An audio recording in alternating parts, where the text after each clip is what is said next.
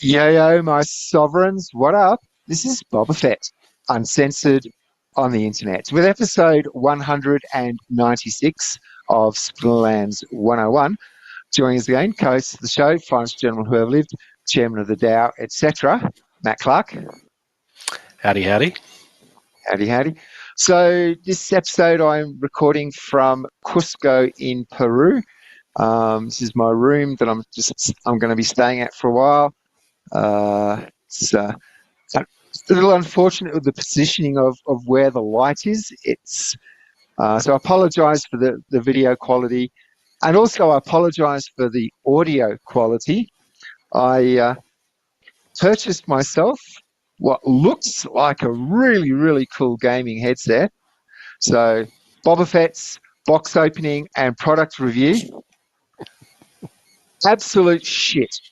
But you can do your own product review because I have no choice but to use this headset for the duration of the recording. So I apologise for any video or audio quality issues in advance. It's better now. It was worse earlier. It's better now.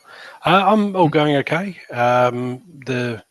The family members, the kids are all growing up, and all the family members spent the night in a different house. So the five of us were in 5 different houses for the first time ever the other night, and yeah, it just felt really weird and lonely. I guess the kids are all off at sleepovers, school holidays, and the like, and Amanda went to stay with her aunt on the other side of town for a couple of days. So it was just me in the house, and yeah, it's very. I'm going to struggle, I think, as an empty nester as the kids grow up. Evelyn's only 10, so that's hopefully still going to be a few years away. But yeah, spring is sprung. It's lovely out here. You were saying how it's cold there where you are because you have a high altitude. I've got the opposite. Yeah. We're coming out of the cold and into the nice and warm. We've got some friends coming around tomorrow. I'm in the same hemisphere as you now. So, yeah. Okay, of course. Yeah. It's just cold at night here because of the altitude. It's 3,800 meters here. It's me picturing all of America's in the northern hemisphere. Yeah, my bad. Yeah, so no, good. We're going to see some friends tomorrow night that we haven't seen in many years. So it'll be great to catch up with them. You know, just time goes by and you don't have a chance to catch up. So no, personally, all good. Work's been good. Splinterlands stuff just kind of following along and trying to keep my finger on the pulse. All the chat has been about the Conclave Arcana Rewards set, which is really, really interesting. So we'll include a link to that fact sheet at the bottom of the post, just about how it's all going and how, I guess, quickly you need to get your finish off your rebellion rewards because they're going to be on the way out. Put that in there in the group chat. Yeah, so that's interesting with the unbinding scrolls, and also for me, I think the interesting take home was that they are going to be 0 PP, the reward, the Conclave Arcana reward cards. So you know, whether you hang on to them yourself or whether you unlock them to sell with the unbinding scrolls, they're not going to be any good on land, which I think is great. Because with the cards, I guess the constant addition of new cards, there's always that like what's going to underpin the value of the old ones. And I think the more we can backload the PP onto the older sets of cards, the more we can reinforce the value there, including Chaos Legion, which is obviously the thorn in everybody's side and the anchor that's holding down the DEC price, card price, because there's just that big.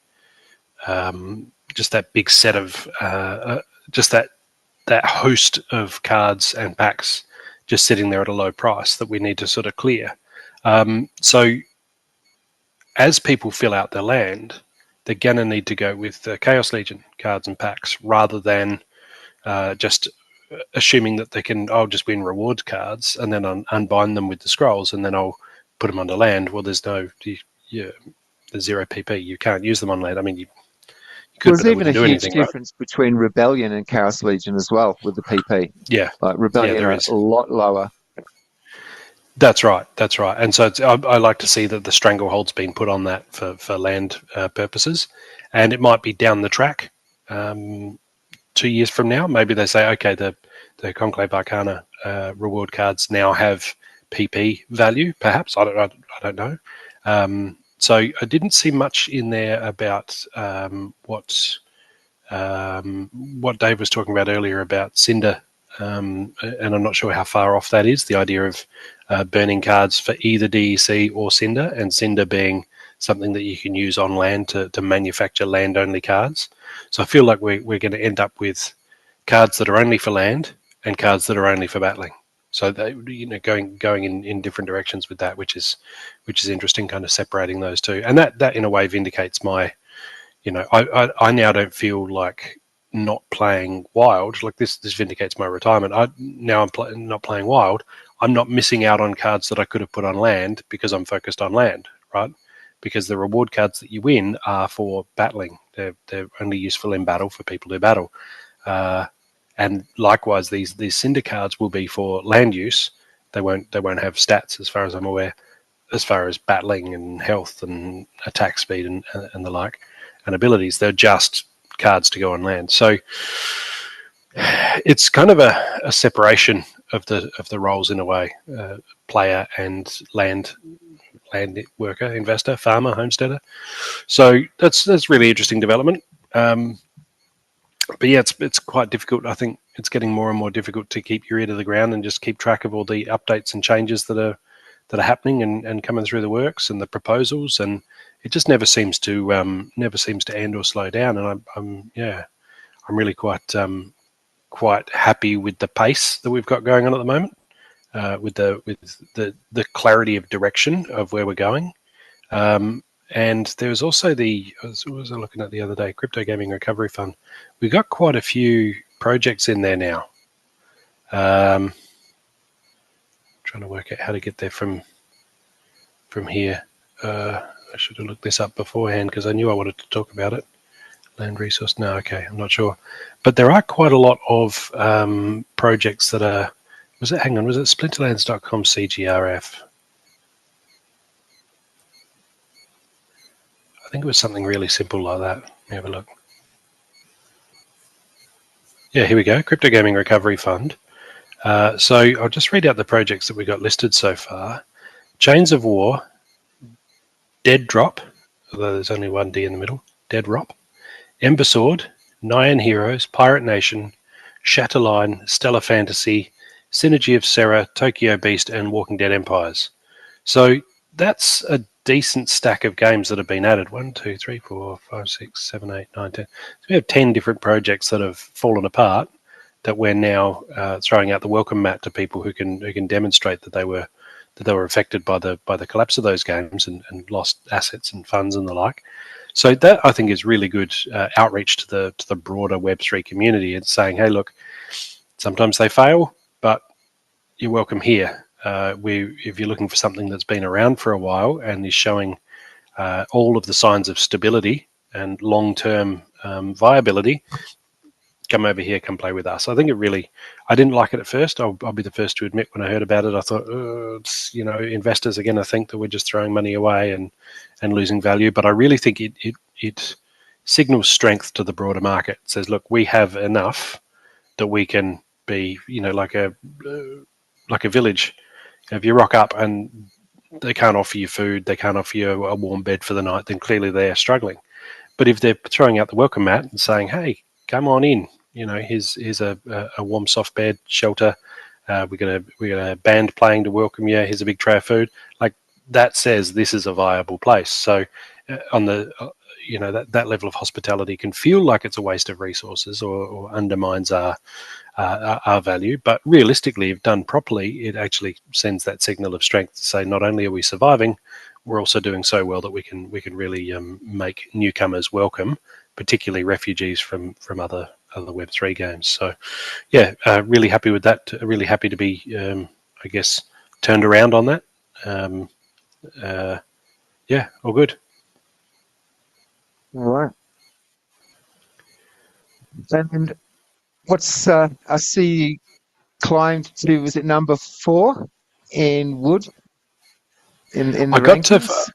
I didn't check the rankings. I got past 5% for the wood liquidity pool, so I'm really really happy with that. that's been a goal. So I don't know if I'll push for 5% of all of the liquidity pools, or if I'll push hard for 10% of wood. Basically, Region 37 is just devoted to wood at the moment. So there's enough grain there to keep the wood coming in, but otherwise it's just all of my plots that are really top end are just devoted to grain and wood. And the really top level cards. So I'm every time I harvest, every 5 or 6 days I'll harvest, and I'll have basically a million wood to add into the liquidity pool. So I really just want to make sure that I have enough DEC to cover the other side of that, and then fourth. That's lovely. Who's first there? There's a huge difference from 4 to 3. It's a big jump from 4 to 3. As opposed it is. to 5 to 4. 4 to 3 is a huge jump. Yeah, no, I'm really happy with that, and you can see the fees coming in and the like associated with that. Obviously not huge yet, but it's fire and forget. That's the joy of the liquidity pool, right? It's an investment long term. I get a letter from the superannuation people. Here's your superannuation from when you were in the army, and congratulations, it's worth $5,000 now because I was in for 1 year 30 years ago. And you can't combine public sector with private sector superannuation. It's just one of the many rules that you don't know exists until you try to do it. So I've just got this just a year's worth of public sector superannuation just sitting there, just slowly. It's like they're saying, "Hey, look forward to this in 30 years," but I'm looking forward to my wood position in 1 year, right? Growing. That's where the growth is here. Yeah. I think I will push for 10%. Now I look at that, I'd love to beat Hive Engine. I'd love to get to the top of that. Like that's not that far off, really, when you think about it. If I keep going, 1 million wood every 5 days. All right. But if Hive Engine are doing 1 million wood every 5 days as well. Yeah, that's true. Yeah, I never catch them. And there's a couple there ahead of me, but that's fine. I'll keep chipping away at it. Barking up the wrong tree? No. Dad jokes. So I've made it to 58 in the stone pool. Nice. Very nice. Because you were looking to get into the 60s, weren't you? Well, I'm into the 50s now. And 0.2. Nice. So, like, to get into the 40s, 0.29 is not a big lot of difference there. And what am I actually making? Let's have a look.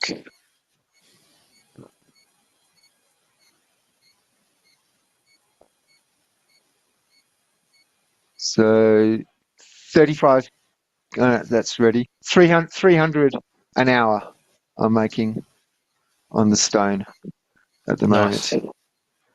Yeah. Very nice. Very nice indeed. Yeah, well, I'm looking at absolute terms. My wood position's $770 US, which is, it's great, but it's not huge, right? Like it's not. I remember when SPS was $1. And I was getting airdropped 5,000 a day. So, obviously, I just staked it all. I didn't, I wasn't one of the ones selling it. But when you think about the boom cycles that we've had and how crazy it can get, it can be really nuts, and it doesn't take much to trigger it. So, Bitcoin's been really strong. October got off to a great start. Sort of eased off a little bit now, but still very, very strong, solid. Did reach a new all-time high at 124. Yeah, it did, which is great to see, and amazing to think that I was watching it when it was $10. I was reading about it, obsessed with it when it was $10. Crazy how the time flies. But yes, obviously we all wish we'd bought more, but there's plenty of people who bought into projects that didn't go anywhere, so you can't just sit at the track and envy that one guy who picked a winner. You've just got to make the best decision you can at the time. Yeah. But my thinking was always with Bitcoin. I got out of Bitcoin when it started becoming really quite widely known, because I think the value of a project comes from its future potential at first, But then, as it becomes more and more widely known, then it starts. The value is more based on sentiment. What does the general public feel about stuff? And I don't trust the feelings of the general public. So my thrust has always been get in early, get out early, right before big people start manipulating the price and the like. So it was around As 5 or soon 6 as Joe grand when I got out. Lunchbucket starts talking about it at work, it's all over. Exactly, yeah. They say if your cab driver's telling you about the stock, then that's the time to sell. Or there's so many cliches. Buy the rumor, sell the news. Get in early, get out early, and that's where when people start talking about Bitcoin, then I think, okay, look, it's still a great, viable, valuable project, but there's too much noise now of people having feelings about stuff. I would rather get in early on a project and then just hodl for dear life until it starts becoming really, really widely known, and then start thinking about timing my exit. So, when things are, when CNN wants to interview Yabba about his game that's breaking records and everything's huge, then maybe I'll start thinking about, dollar cost averaging out to, I don't know, into gold or whatever some other project is, but not much. I'll still be hanging in there with Splinterlands, but yeah, I'm not looking to cash anything out until Splinterlands is effectively a household name. So we don't need many people with that mentality, and the game almost is guaranteed to last and survive and thrive, because I've said this before, I've used this analogy before, but the rest of the Web3 gaming world is largely they're nomadic tribes. Just go to a new valley, kill everything that moves, pick all the plants bare, burn them for firewood, move on to the next valley. And we are different to that. We're homesteaders. We do the long haul. We'll take a multi-generational approach to breeding livestock. We'll water the trees instead of just harvesting and tearing them down. And we'll plant trees that won't give fruit for 5 years, but that's okay, because they will eventually give fruit. We do the hard yards to put up fences and build solid homes that will survive storms and the like, because we plan to stay here for a long time. And it doesn't take, like I say, it doesn't take many people with that mindset. And I know a lot of the big heavy hitters who are much bigger than me have been around for a long time and plan to be around for a long time, because it is a viable project. We want to really thoroughly explore this concept and see where it goes. And so far, I think personally, I feel vindicated. I look at these other projects on that Crypto Gaming Recovery Fund page, and I think there, but for the grace of God, go I. I think we backed the right horse. We've our leader Yabba is again such an exquisite mind. I swear I'm going to kiss that head the first time I meet him. I'm just going to, and I'm pretty sure I'm taller than him, so I can do this. Just grab his head and just kiss that brain, because that guy is so smart, just so smart. Sorry, I just sort of started talking then, just kept talking. It's okay. That's why we're here. We're here to talk. I don't think anyone. Well, maybe we could try it one week. We'll just sit and we'll just say nothing for an hour and like I get DMs from people all the time saying, "Oh, I've been wanting this card for ages, and I finally got it," and they're so happy and proud, and like they're like, "I can't wait to use it in battles," and then they'll share when they've used it in a battle and pulled off that perfect. That strategy that I've always wanted to try, and now I can do it because I have the card, and now I get to keep that in mind when that confluence of rule sets and mana cap comes up, that I can use it. Then I'm going to get right in there and use it, like I am with Ulfgar, right? Like Poison Burst, sign me up. Resurrect, self-resurrect, yeah, let's do it. And so that excitement there, I think, is great. And as we move away from that bot mentality, I think the satisfaction of knowing that you've beaten some guy on the other side of the world or just around the corner, who knows? That's a beautiful thing, and that's why we game, right? That's why we do it. And the idea that as you re-roll, you can cash out if you want to, if you need to. Like, life comes at you fast, but if you hang on to your assets, no one can take them away. No one can time them out. No one can, unless obviously they get killed in survival. But they're there, and you can use them again tomorrow, and you can build your credibility in the community. You can build your stats. You can keep building your ability to win matches at a higher level, and And I think people want that. There's a desire, particularly like a male thing, that I want to incrementally. I've been watching a few games recently, incremental games, where you start playing and you'll die almost immediately, but you've got a choice between 3 upgrades, and then you'll start playing again, and then you'll last a little bit longer, but you still obviously die. But then you've got, and so incrementally you do better each time you play the game, and there's a real satisfaction to that, as opposed to regular games where you start, you just do the best you can, and then you die. And then either you've got another life and you just pop back to life with some mild inconvenience, which is kind of unsatisfying. I've mentioned this before. I play hardcore. Whenever I'm playing games, I always play hardcore because I want it to matter, right? You want death to be scary. It's either that, or they'll have a you've died, go back to the start with no additional benefit. This incremental gaming is sort of like, it matters that you die. You really don't want to die. But when you do die, there's you collected however many of these orbs. So you can choose some sort of a power up now to permanently take in to the next round. So that's how I feel gaming is going generally, in that direction, where it's not just, I just respawned right here with all of my gear and all of my money and all of my progress. And what was even the inconvenience of dying, right? I think people are moving away from that because it's inherently unsatisfying. So here we can do, this is incremental, right? This is incremental gaming, where you open your chests, you win your awards, you get the rolls in the lottery every couple of days when you win your tokens in Frontier. So just by being here and just going and going and going, you do that, and then suddenly hang on, I've always been a bronze player, now I got into silver. Whoa, now I'm silver too, like that, and I never have to go back down. I've always got my cards. I've always got my, and they're always there for. And it's my particular set of cards. It's not on rails. It's not like everybody unlocks these 3 cards at this level.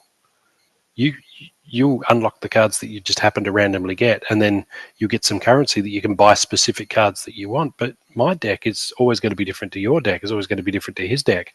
Where it's the culmination of the choices that we've made, and that's where it's personal, right? We've mucked around before at meetups where we'll swap laptops and just go, here, you play as me and I'll play as you, and it feels completely wrong and weird because all of the cards I want aren't there. And there's all these other cards that he uses all the time and loves. And I'm like, where do you even shoehorn this? Like, it just feels completely weird and wrong. And so there's a level of personalization in this game that I think is really, really endearing. I would hate to think of the devastation of like, if I was to lose my account for some reason, and then the community said, well, that's all right. We'll just throw you a maxed Chaos Legion deck or something like that just to get you back in the game. It still would be different and weird and wrong, and various different older cards. Like, I don't know. I think here is where you can actually put a flag in the ground and it's yours now, your real ownership, and that's what's largely missing from the world. Everything that you have can just be seized, right? We've seen here in Australia with the Desi Freeman guy shot a couple of cops and then took off into the Victorian Highlands, and the cops have just gone to WA, and based on things that people have written on the internet, they've just gone and said, oh, we don't think you're a right and fit and proper person to have a firearms license, so we're seizing all of your guns and the like. Just this Stasi sort of go in and just decide that you don't love us enough, so we're going to take all your guns. We're worried that you're going to shoot us if we ever tried to come and take your guns, so we're coming to take your guns. And how many of them shot him? Nobody. They were just went, oh, okay, all right, I guess I lost my guns then.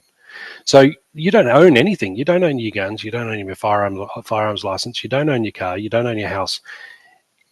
Really, all you own is anything that people can't take from you. And if you're storing your seed phrase in your head, or you're very carefully storing your owner key, then no one can take your account from you. It's everywhere, and it's unseizable. And if you really want to build and invest somewhere where people can't take it from you, well, this is the place to do it. I think more people understand that, the more traction we're going to get. There was a guy on Twitter the other day talking about how DeFi is public And Web3 gaming is we've just got to trust the developers. And I think he was talking about Ethereum, I assume. And a lot of the Ethereum stuff, that can't happen on chain because of all the transaction fees. And I said, well, actually, Splinterlands, every transfer, every battle is a custom JSON on the Hive blockchain. It's all transparent. It's all public. So if you want a game and you want it to be completely transparent, come on in. The water's fine. What do you think the greatest hold back at the moment is? Because as you know, at the moment I'm in Peru, and I walk around all day with the gear on. I'm looking for businesses to take the HBD, and it's compared to Mexico, crypto is very, very new here. It's something like, I guess everyone's heard of Bitcoin, but what is it? And beyond that, the knowledge is very. So it's a slow move, but I'm working on I have a business plan and I'm presenting to tour group owners, and I've got to take a bus trip tomorrow afternoon out to Urubamba to talk to the tour group organizer. And I'm kind of thinking of the ways even if you just put a banner on or a button on your website. So it's, how are you paying for the package? Visa, MasterCard, PayPal. Just put HBD. And if it's all crypto's all scary for you, or you don't want anything, you don't know what to do or anything like that, you don't want to know, that's fine. Just put the button there. That HBD will come to me, and I'll give you fiat. Yeah. And then over time, they'll start seeing, wow, all of these people are coming from this crypto area. I want to know more. And then you can say, okay, well, no, if you then will change the button so that the money goes straight to you, we'll create an account for you. And now you've got no KYC. This money's coming to you. It's outside of the spectrum of the taxation department of the country that you're in. All the rewards are there once you can see that it's worth it. But at the beginning, it's like, why should I do this? For what reason? So the whole thing is, if crypto is too scary, just put the button on your website. The HB will come to me. I'll give you the fiat, and then you can see so that's the approach I'm kind of taking at the moment. But yeah. It's, and then to get into the gaming world, it's a whole thing again. Why can't I just log into Steam and download the latest version, buy the games I want, play them till I get bored? Why do I need an account? Why do I need all these keys? Why do I need to invest? We know, right? But when someone has had zero experience in that field, it's very hard to.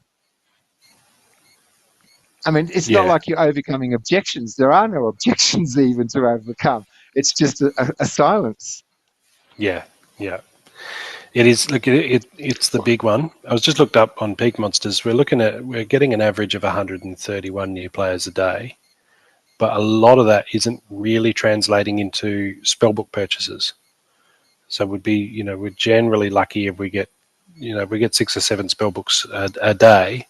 Then that's a good day. So that's not fantastic. I think realistically, what we need is, and we keep coming back to this, but we need Bitcoin to do something dramatic, so that people pay attention to it again. The incremental increase in Bitcoin price, this gradual, it's great. Don't get me wrong, but the incremental price, it doesn't catch our headlines, and it doesn't have people revisit. Maybe I should look into crypto. When it does the big jump, then 2 things happen. People say, wow, I really missed out on this big jump, and I could have, it's in their mind, they're comparing it to how do my other investments look? Oh, well, if this went up 7% this year, then that's okay. And if Bitcoin's only gone up, 10%, 15% this year, that's not a big jump compared to what I have. It's the difference between what else is available and what Bitcoin's doing. So Bitcoin gets really good and really, jumps. Then people go, I missed out on that. I don't want to miss out on that again. I want to learn some more. I do want to dive into crypto. Then some of those people are going to be gamers, and they guess, I wonder if there's any crypto games that I can go for, and then they hopefully find us. So I think tackling the general gaming society, the general gaming community, is very, very difficult to, like you said, make them understand and appreciate why they need their keys and all of that. I think we've done it well with the spell books and the way Splinterlands hangs onto your keys until you specifically request them. So you don't have to deal with any of the crypto stuff. You can just start amassing an account that's quite valuable, and you can play for a year, 2 years, and not deal with any crypto keys at all. Or you do just regular email address and password sign up. And then when you say, well, hang on, I've got my account's suddenly worth $4,500. This is ridiculous. I kind of like need to take this seriously now. Okay, I'm gonna think carefully about crypto, and I'm gonna have them email through my passwords and my crypto keys. I'm gonna store them properly and think about that, and then I'll truly own my experience and my account. So I think we're doing that well to ease them into it, and I think the frontier mode is really, really cool. I think really we just need to give it time to see how well banning bots from Frontier and Modern, how well that translates into new player acquisition, because I feel like we're still in that hangover period where we were bot agnostic for a long time, and now we're kind of moving away from that and saying no, it's just going to be human players. But I don't know how well that message has sunk in or got through. I do like the fact that we still allow bots in Wild and Survival. Because then it also says, like, if bots weren't allowed anywhere, there would be people saying, well, maybe there are bots that are here anyway. But because we've got a specific bot area and a bot-only area, there's a bit of contrast there. So people say, oh, I'm just playing against humans, and that's the case. And I don't know if there are bots sneaking in Frontier and Modern. I'm not technically capable of discerning that. But I do know that I feel better playing in Frontier than I did playing in Wild, because I know, or at least I'm very, very confident that the guy I just beat was a real human being, or the guy who just beat me was a real human being. Because losing to a bot feels like you're just playing tennis against a wall, right? You're just never going to... Well, I mean, you can occasionally win, but for the most part, it's just not going to happen. And that can be very demoralizing. Alrighty, so high five, pretty simple, really. It just means 5 people, or five monsters, really. Can we call them people? 5 people? Units? Units. Yeah, people call me a unit. Yeah. Not many. we used to use that term a lot in the Navy, actually. A unit. Yeah. All right. Let's have a look then. Share. All right. So we have 5 days, and then this will be the last Rebellion rewards. So many I still haven't maxed out, and I guess never will. Okay. Maybe I will, just in case.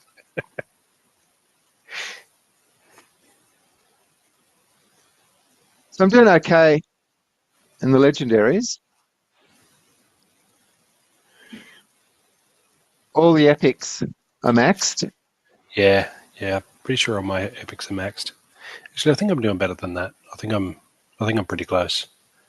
Need some rares. I still haven't maxed Commander Slade yet. Yeah. And commons are all over the place because I just haven't been focusing on them, really.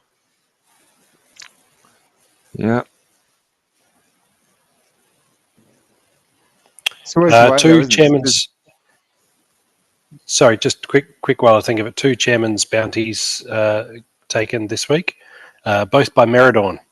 So because you can only have 1 bounty active at a time, 1 delegation active at a time, just for my own record keeping sanity. So we've just made it the larger of the 2. So he took out Taraz KP. Was it? No, hang on. Who did he take out? Brave Tofu. took out Brave Tofu, and so that was 100,000 SPS delegation. So congratulations on that, Meridorn. If you're not sure what I'm talking about, Splinterlands Discord, go check out the Chairman's Bounty channel for how to beat various different people in Modern and get a fat delegation as a reward for 50 days. Oh, well, you can also click on the link in the blog as well to Matt's post as well, explaining how the whole thing works as well. All right, let's do this then, shall we? Let's rock and rumble.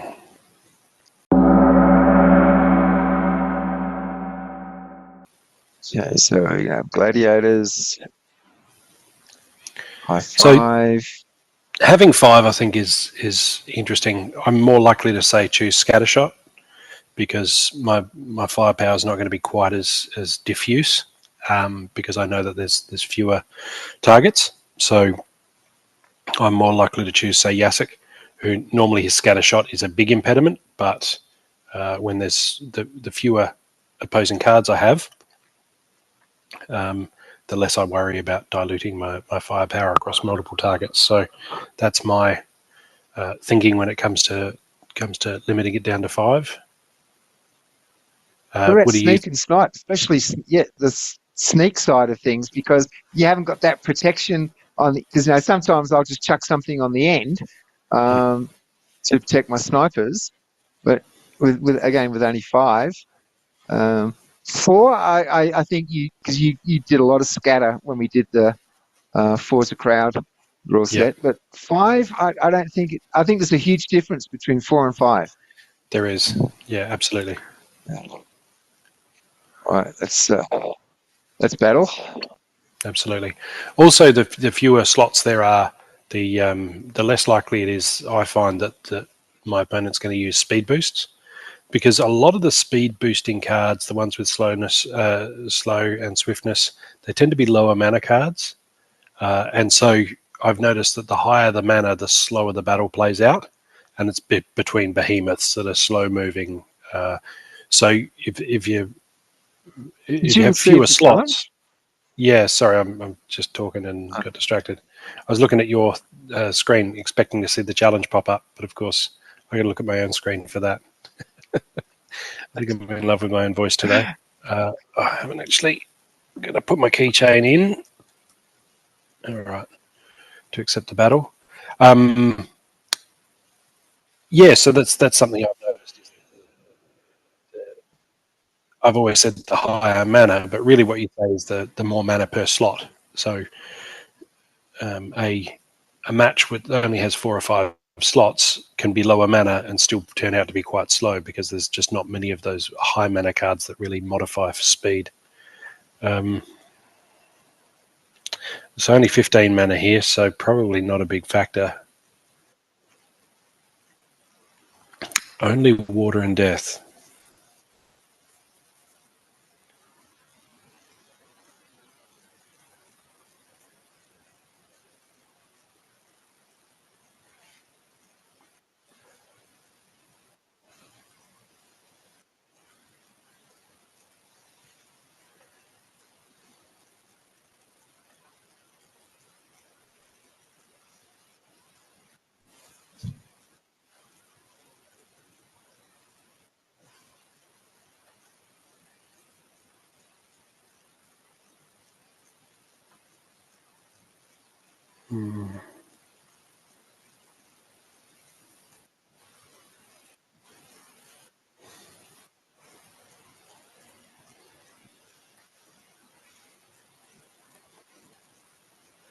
All right.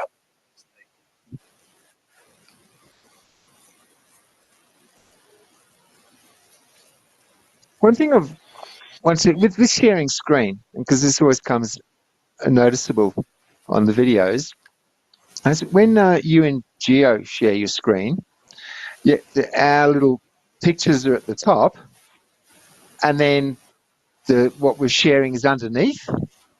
Right. When I share my screen, the whole thing is there, and our little faces box thing is always in the way. I'm always having to move it. Oh. It must be a setting in Zoom somewhere. I'll have to look into Might be that. because it could be because you're the host, perhaps. Possibly. But I would much rather be able to do what you guys do. And so it's just Yeah. not in the way, you know? Yeah, I don't even think about it. I just click share screen. All right. So, I mean, other than the obvious that I've submitted the winning team, what's your input here? I do like what you're doing. You've got the heavy hitting 5 magic damage, which is going to really nullify my plan, which was to use the shield and a bit of some cheap cannon fodder. So I was expecting a larger team, and so I went with the hopefully Waka, Flame Blade, and a bit of scatter shot to just poison your team, and then hoping that my fiend and my chicken front and back, and then my skeleton fella there with shield would take quite a few melee hits. I wasn't expecting you to go magic, so I think you've got me here pretty soundly. Unless I immediately hit your Runemancer with poison. Runemancer Kai. Yeah, but even then, she's going to kill somebody on every turn, right, and do the life leech. So, I don't see me winning this. I'm surprised too, with such low mana, neither of us went for any scavenge. I mean, I got some life leech, but no one's scavenging. I don't think scavenge when I see water and death. I think scavenge when I see life. Earth. When I see earth, there's quite a few scavengers that I'll be like, oh yeah, I'll grab that. The screeching vulture, and who else is there? There's a couple of different. Who's the ranged snake girl who does scavenge? But I'm very, very confident that you've got this, Bob. Even if I got lucky with the RNG, you're just going to your magic is just going to cut through, then cut through, then cut through. I just don't see myself winning it. I do have a lot of health on that on my third card though.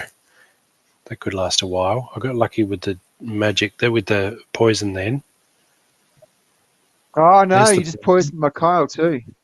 Yeah. Oh shit. But shit. Oh, wow! There you go. Poison. It was all poison. Yeah, I did get lucky with the RNG. I wonder how many times we play that over and how many times you'd win that. But I really gave that to you from looking at it. All right, cool. Send again. I thought that was mine. I thought that was mine, like from the start. Yeah. No. Yeah, I really did. Yeah, with that life leech and so much magic damage. Remember, the invite comes on your screen, not my screen. Yeah. I wasn't. I'm still on battle. Oh, there it is. I wasn't expecting that the poison would be quite as effective as it was, but Whack is such a good summoner as just a little. And only 12 mana. Just a little unexpected. Yeah, that's.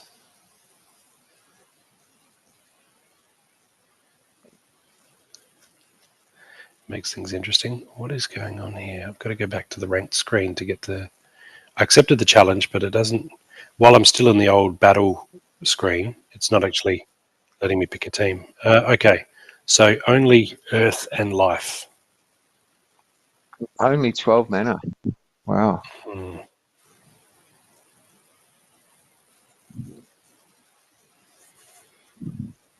Now, those who paid close attention will know what I'm about to do.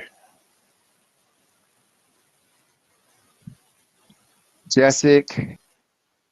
I mean, that's only going to leave you with 6. So I have spruiked this exact lineup multiple times on the show in the past. Multiple times. You're going to see it and you're going to go, it's one of Matt's favourite plays. Specifically for 12 mana.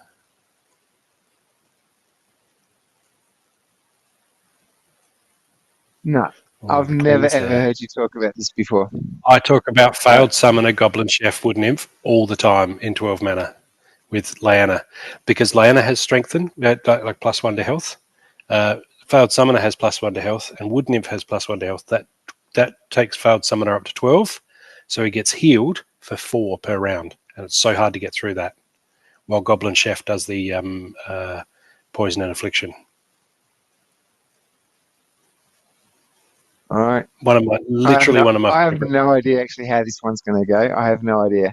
No, I'm going to win because that's poison, affliction, slow. This is classic for a reason. 2 double lives. You've got a last stand Zenith I'm monk. only playing one card at a time. I'm basically just hoping that this guy's just going to take away a couple of your cards before this guy gets his last stand. But I mean, the Zenith Monk's only going to be hitting me for like 4, and Failed Summoner will get healed for 4 every round. So really, you're only going to be able to win in like by getting to what do you call it? Fatigue.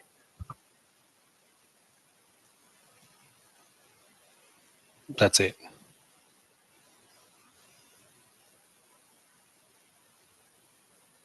Oh, the Magic Reflect could take out Wood Nymph.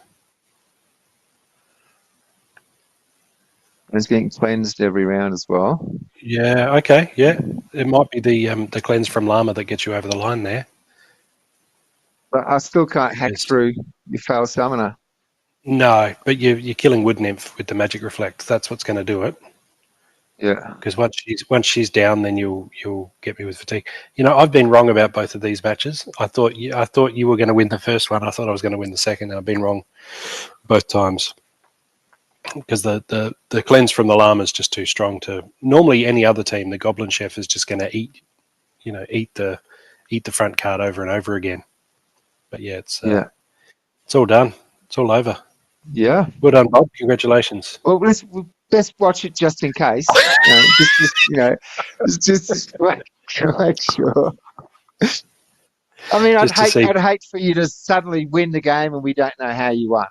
So no, exactly. We don't want any confusion amongst the viewing public. I'm sure B Jangles wants to see me get beat by a self-healing Llama last stand monstrosity. On your favourite team that you against my favourite. Constantly go on about. Yeah. I'm sure he'd be happy to see that, and he'd want to see the whole match. Why deprive him of that pleasure? Except, love it. All right, well, everything available. It's not exactly wonderful. Everything but life.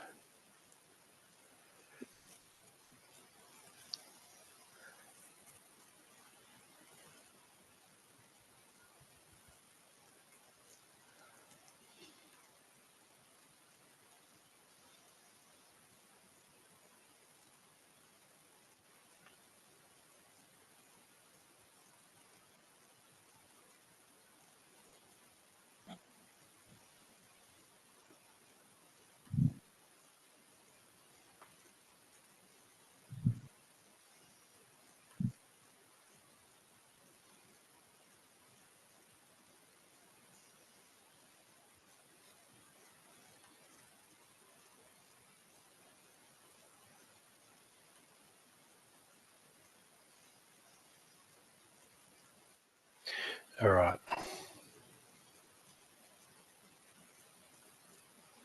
You mentioned scavenge. Let's do some scavenge. Oh dear. I'm not actually. Llama, of course, famous for last stand. I'm purely bringing him in for cleanse because you really love to go with the poison. And look, you got 1, 2. Yeah, I think Llama is the answer to your poison fetish. And I'm in Peru. I mean, I literally see every day. I see llamas every single day, or llamas, I should say. I walk down in the morning to grab my coffee, and there's llamas in the square, in the plaza. So I like that a lot, and it's funny because here in Australia, that's apparently what kangaroos are like, but you do actually have to go and look for them generally to see kangaroos. They're not just there and you're getting your coffee at Starbucks. Obviously, I'm assuming you're going to win it. I've got a scavenger and a sneak. So I think I'm going to wreck your back 2 cards, and then you've just got a last stand Quora, who will probably be, I don't have any to spell, she'll probably be boosted from having killed Ufka twice and not being poisoned. She won't get stunned. She won't be afflicted. You probably didn't even need the cleanse from Llama. You're probably just valuable for last stand because she's got immunity, so she doesn't really need the cleanse anyway. Yeah, I don't see any way I win this. I think this is you. Okay. At least I get to be right about the outcome. At least I guess it hasn't played yet. No. Well, I've got 2 stuns, right? So that's normally quite effective, but I can't compete with immunity when I was really relying on stun and poison to get the job done. Okay, there's 1 kill that Quora didn't get. That's handy. She's going to get all the kills from now on, though. 24. Yeah. I just don't have the power to punch through her at this point.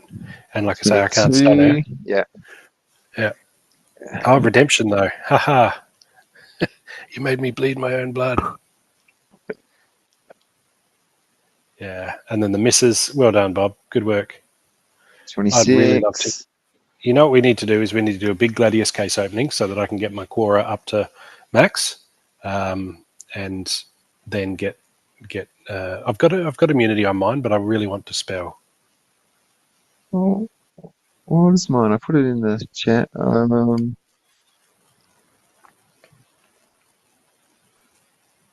89 cases on Boba Fett, 72 cases on Tartaria. Yeah. Yeah, Blingit mentioned having quite a few, so I think if we can sometime between now and our big 200th. Yeah, sometime between now and our big 200th episode, let's see if we can throw open some Gladius cases. If Gio's got a few bubbling away too. Now, let's actually accept the challenge. So it's 2-1 at the moment. You're leading me, Bob. You could actually save some time by just clicking on surrender, instead of accept challenge. Yeah, we could. 21, everything available except Dragon and Life.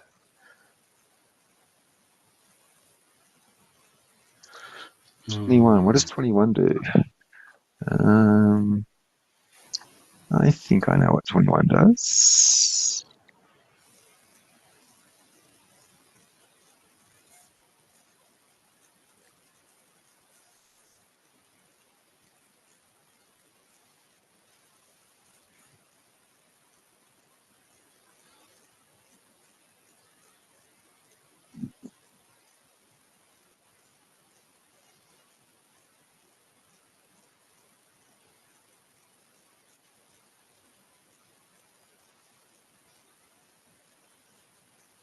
Oh, yeah. That's the spot. Right there.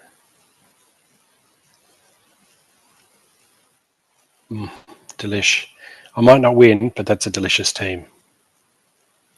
I still think when you submit a team, you should have the option to gamble some more energy on it. You say, look, I'm going to gamble 5 energy that this is going to be the winning team.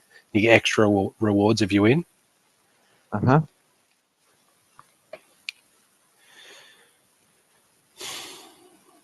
I was gambling on you playing a bit of armor.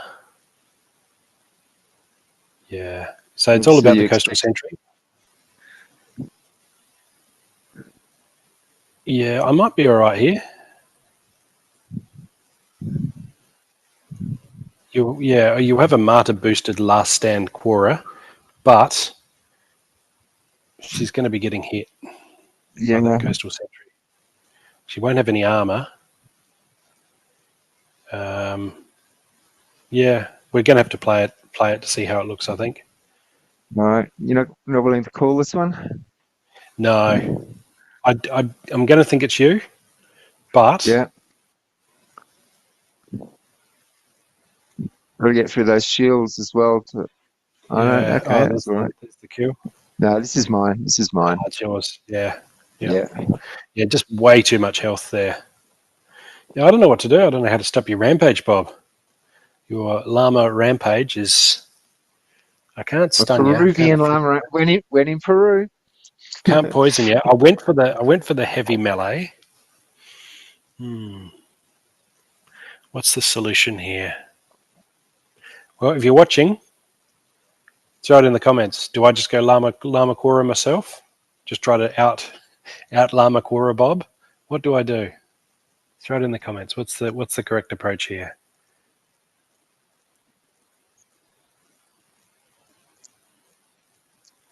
Again, just a reminder that there is a surrender button.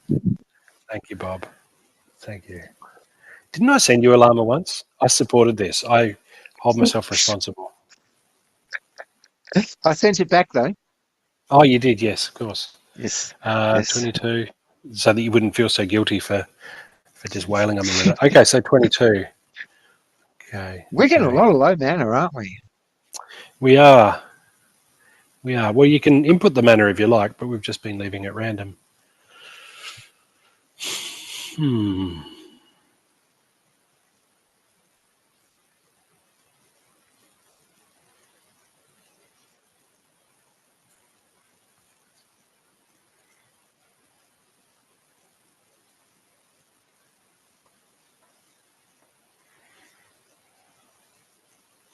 Something slightly different this time. I'll believe it when I see it, young man.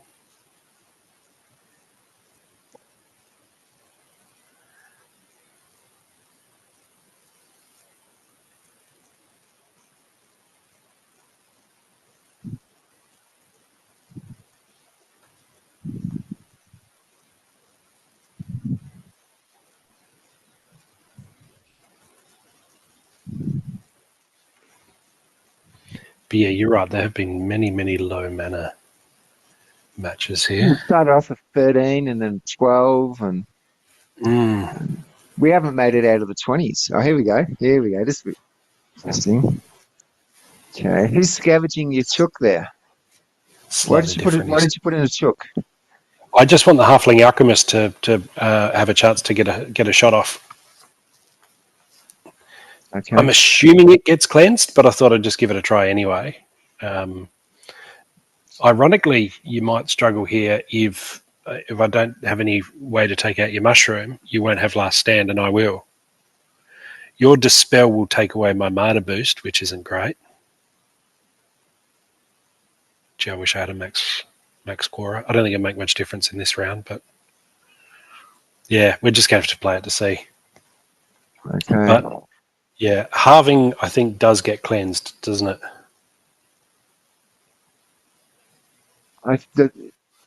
Is there any reason it wouldn't get cleansed? Yeah, well, I've got to land it first. It's not going to land anyway, so we don't even get to find out. No, it's just things like cripple doesn't get cleansed. No, this is Spell. There's the dispel, yeah. So even though I've got last stand and you don't, you've still got more damage than me. Yeah. 5 and 5. That's from the bloodlust from that chicken I shouldn't have put up there. Tell you what, Bob, you are rolling over me. You are absolutely rolling over me today.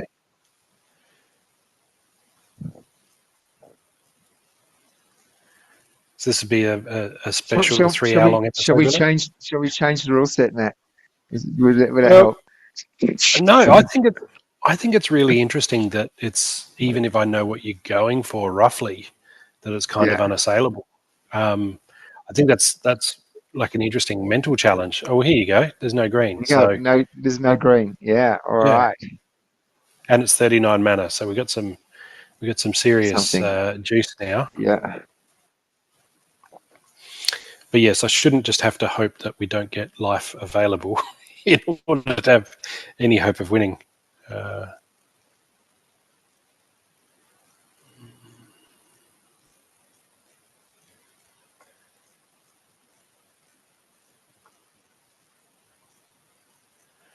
Let's grab you. Yeah.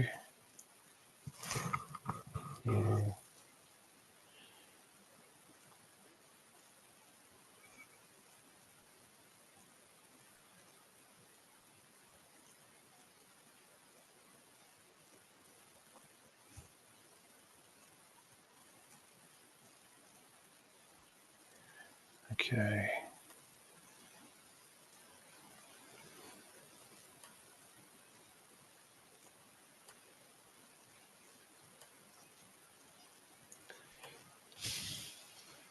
All right.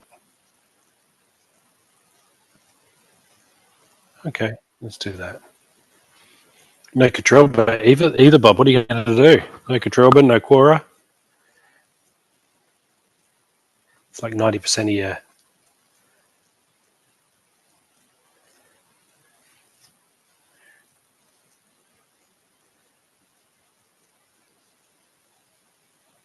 I don't know. I'm completely lost. Yeah, that Curl Lurker's going to lurk. I've gone heavy snipe, which might be good. So I'm not going for your Curl Lurker because I just miss the crap out of him all the time. Olivia's always the wild card. So you went with the double gladiator. I think I might be going okay here because I've got the void armor. Void armor is going to help a little bit. Yeah, I went real magic heavy.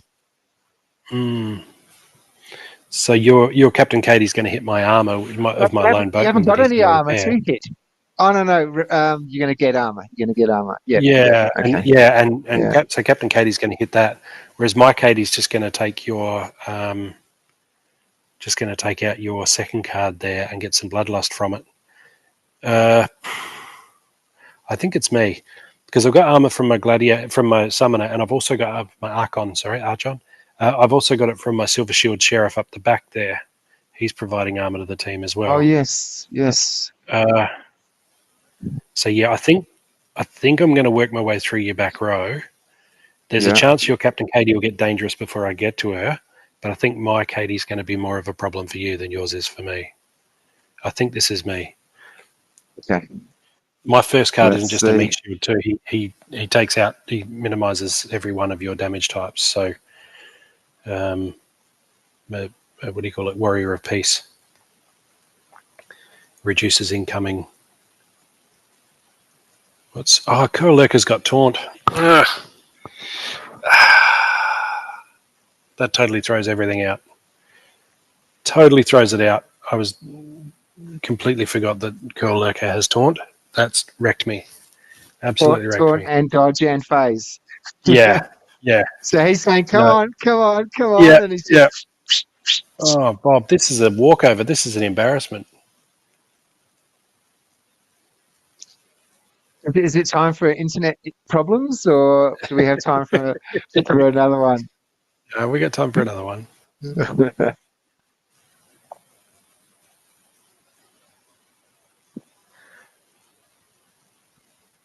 You know it's only supposed to be Quora that gets bloodlust, right?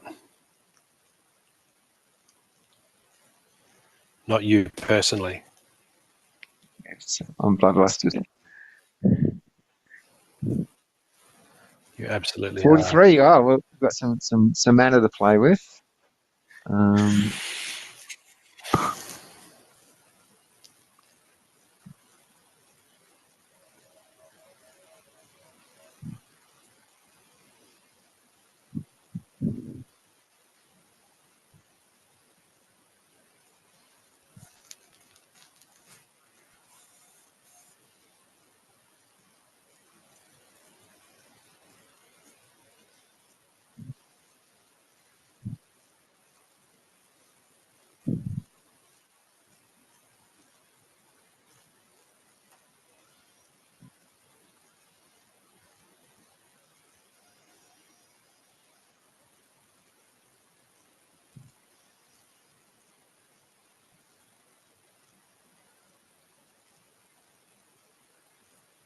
Well, it's very, very different.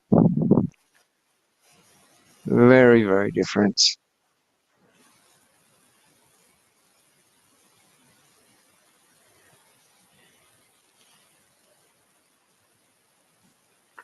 Mixing it up a bit, huh? That's good. Don't want to get too boring. All right, I'm all in. Oh. I thought I'll finish the game off using your strategy against you because you promoted Jacek right at the very beginning. Yeah. I think we've you've got got me again, Bob. Continuum Seer here. That's speed, but you've got to get past Crash first. And this is the only guy that's going to hit him. The Spirit Miners, everyone else is going to miss him. Oh, no, Continuum Seer is going to hit him, but she's not going to be there for long. I'm glad he doesn't have Magic Reflect. Why is she not going to be there for long? You're targeting the back, aren't you? You got 2 sneaks. Yeah, but these two guys are both going for your Seer. My Seer has phase, and she's got a couple of swiftness boosts. So, yeah, I guess. So it could be a back row towards the front. I think it's you because you're gonna wreck my back row with your Sandworm. Is going to take out my Tinderlock fairly readily. Uraeus always poisons me. Yeah, I still think it's you. Crash is a great card up the front there. Yeah. The only thing wrong with Crash is when the opponent goes magic heavy. You know, they cut straight through him then. Oh, that was nice. Well, he's not doing real good. No, there we go. Oh dear. Oh shit. Dear. Hang on. Sorry. All right, that's all we have time for today on episode 196. Now we need to. I still don't know what happened. Yeah. Let's do a post-mortem. Definitely don't have time for another match.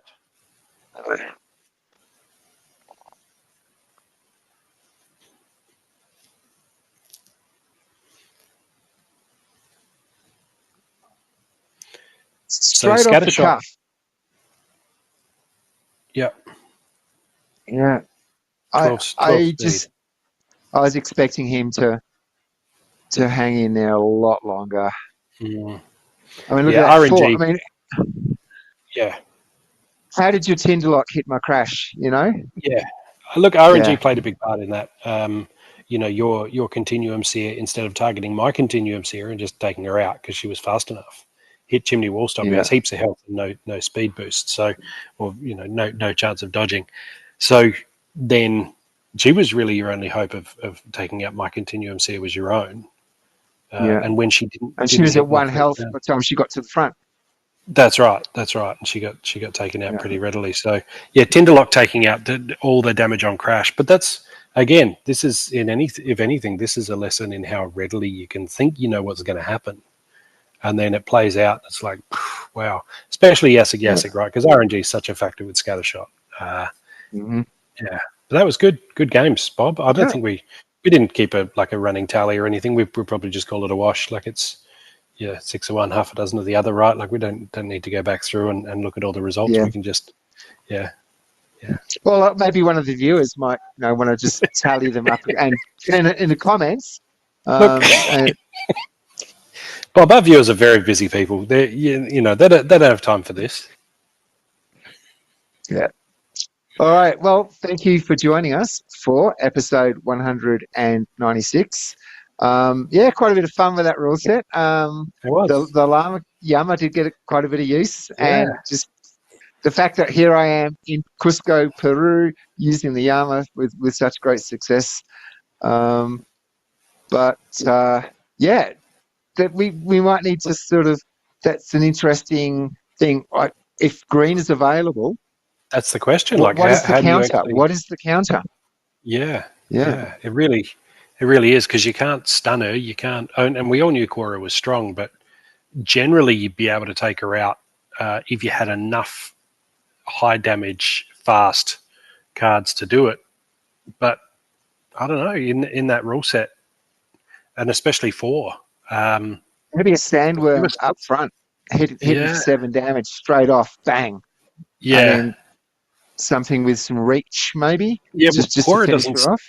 Yeah, and she doesn't start strong. She doesn't start, until she gets some bloodlust. So maybe depriving her of that bloodlust by putting a real solid tank up the front that's really got some, repair and heal, like really tank up the front. So get the Barbarian maybe. Because once she gets a momentum, she's just this gargantuan. Okay, cool. Well, it's always a pleasure, Bob. There, mate. Yep. We'll see you next week for 197 on the countdown to episode 200. I'm Boba Fett. Peace out. Bye. Right.